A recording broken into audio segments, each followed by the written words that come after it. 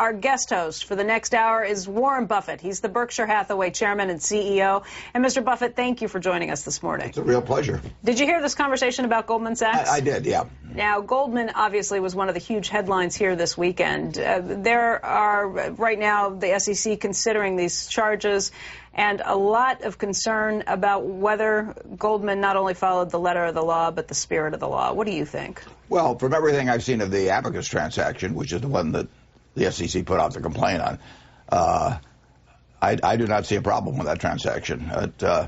A bond insurer, we're a bond insurer. ACA was a bond insurer, MBIA, FIGIC, AMBEC, and all those companies started out insuring municipal bonds, and then the profit margins got squeezed in municipal bonds, and they started drifting over and insuring other instruments, structured deals, and so on. And ACA had probably dozens of people analyzing bonds. Many of the reports don't even explain that they were a bond insurer, but that was their job. Their job was to look at credits and stick a proper premium on if they wanted to and insure them. If they didn't know what the proper premium was, they should have skipped insuring them. And almost all of the bond insurers got in trouble during that period because they drifted over into areas that where they really weren't that good. But the SEC complaint focuses on fraud and says in large part it's because Goldman, the SEC alleges, did not let on that John Paulson was on the short side betting against this, and he was helping structure the deal. And Becky, we had many deals presented to us, but for example, here's a municipal bond deal that was presented to Berkshire, and $8 billion of municipal bonds, and a Wall Street house came to us and they said, we would like you to insure these bonds. And we said, we'll do it for $160 million. And you'll see that state of California is a couple $100 million and Texas is $1 billion. And when that firm came to us, it happened to be Lehman Brothers 2 years ago. And we were to insure these bonds for 10 years. There were four possibilities. Lehman had these bonds and was hedging them. Lehman had an opinion that municipal bonds were overpriced and they were shorting them. They had a customer that owned the bonds and was hedging them, or that a customer was shorting them. We didn't care. Our job was to decide whether to insure the bonds. I never asked who was on the other side of the transaction. Obviously, somebody's on the other side of the transaction. But if Ben Bernanke was on the other side of the transaction, I still would have insured the bonds. It was my job to figure out what I wanted to insure. And there's always somebody on the other side of the transaction. And John Paulson could have been on the other side of that transaction. We still would have insured the bonds. On the other hand, if the premium was wrong, we wouldn't have insured the bonds. So a bond insurer runs the risk of loss when they insure bonds. It shouldn't make any difference to them who owns them, who's hedging them, who's shorting them. They should decide what the risk is and charge an appropriate premium. And ACA charged the wrong premium. Lloyd Blankfein went before senators last week, and a lot of them made it sound like he had intentionally misled his customers, told them one thing, and then acted another way. Well, I've been doing business with Goldman for 44 years. They've raised a lot of capital for us that enables us to employ a lot of people. They've been involved in more acquisitions than any other Wall Street firm by far in connection with Berkshire. We're a much larger company because of Goldman Sachs, and we trade with them. Now, I don't hire them for investment advisory services. People do. They've got a big investment advisory business, but I don't pay them for that. What I do is frequently is I trade with them. And when I buy something from them, they may be selling it for a customer. They may be shorting it for me, shorting it to me. It's not their responsibility to manage my money. I can hire them to manage my money if I want to, but I don't. And I often buy something from them that my guess is that they're shorting to me. But that's the name of the game. Melissa Lee mentioned that talk is growing that Lloyd Blankfein may end up losing his job over this. What do you think about how Lloyd Blankfein has performed? I think Lloyd Blankfein has done a great job of leading Goldman Sachs. I mean, I've known the people that have run Goldman Sachs ever since Gus Levy, every one of them. And Goldman has had a history of picking first-class people to run the business, people that are sort of people that you feel fine about having marry your daughter, and people who are plenty smart about running a business. Some people would say you're defending Goldman Sachs because you have a major investment with them. You're talking your book. Yeah. What do you say to them? Well, I'm saying you're asking me the questions, so I'm responding to your questions. But I am talking my belief, and we do have a major investment in them, and if you put $5 billion in the company, you ought to feel pretty good about it. And we felt pretty good about it when we did it, and we feel pretty good about it now. Do you think Lloyd Blankfein should continue in his job? Absolutely. I'd rather have him running it than anybody else. Have you had conversations with him about this, about the transaction, about the SEC complaint, about what he needs to be doing in response? Probably had 3 or 4 conversations, each one of maybe 5 to 10 minutes. Sometimes he's bringing me up to date on some development.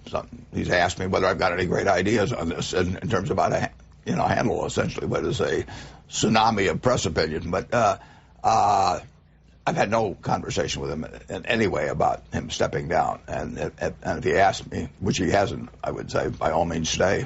You mentioned on Saturday that of the 40,000 expected shareholders, probably 39,900 of them did not understand this transaction or what was happening at Goldman. Do you think you were able to help them understand it this weekend? I've been told by a lot of them. I mean, I've literally had dozens, including some of our directors, and they said, they never heard the transaction explained.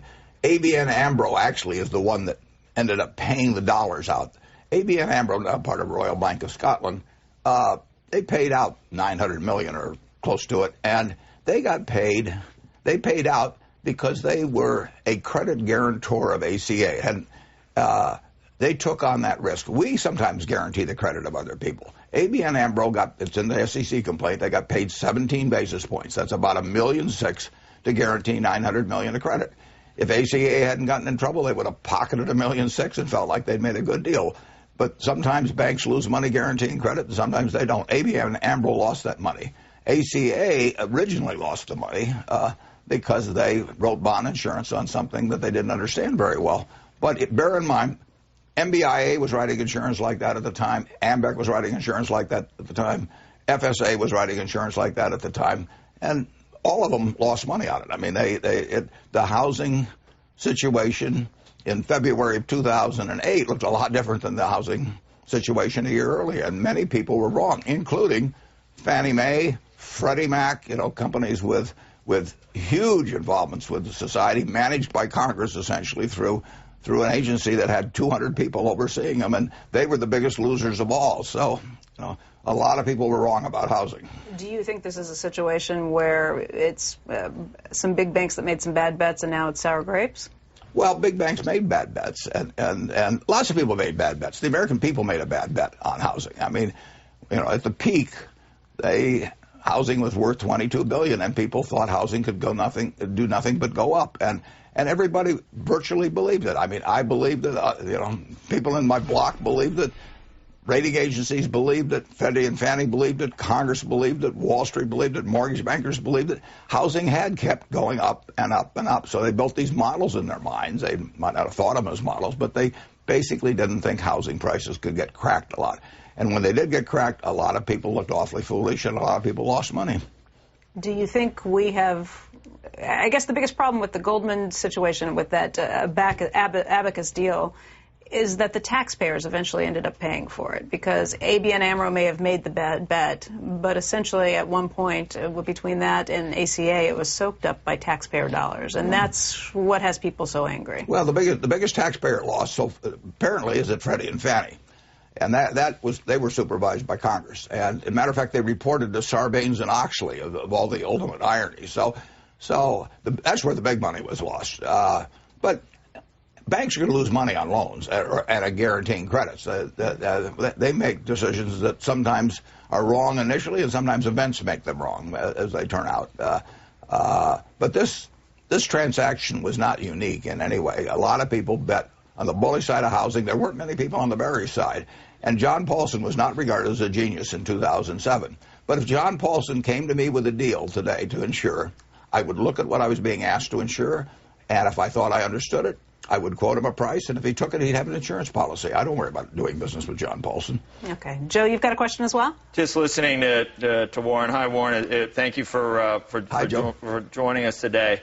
But listening to the way you explained it, the American, really, we were all long housing. And with the benefit of hindsight, to see the way it's been portrayed, not only in the media, but I know you probably saw those Senate hearings, and you've been around a while, Warren. You know the ways of Washington. But when do you decide that Washington really is a bigger part of the problem than the problem itself? And where this, if you really beat up on Wall Street enough, beat up on Goldman, beat up on capitalism, beat up on the free market. Should we just write it off? That's just the politicians. I have one here, Senator Kit Baum. Maybe you can weigh in too. But sure. They can eventually do some real damage, can't they, Warren? That was a travesty and a witch hunt and an inquisition. Were you uncomfortable? Well, it wasn't anything unexpected. I mean, when something goes wrong on a very, very major scale, and lots of people participated in it. I mean, you know, the whole country was involved in essentially what turned out to be a fantasy. Now, we all believed it. We all want houses, and it was very easy to say, if houses are going to go up every year, you better buy it this year, you know, because it'll cost you more next year. And that became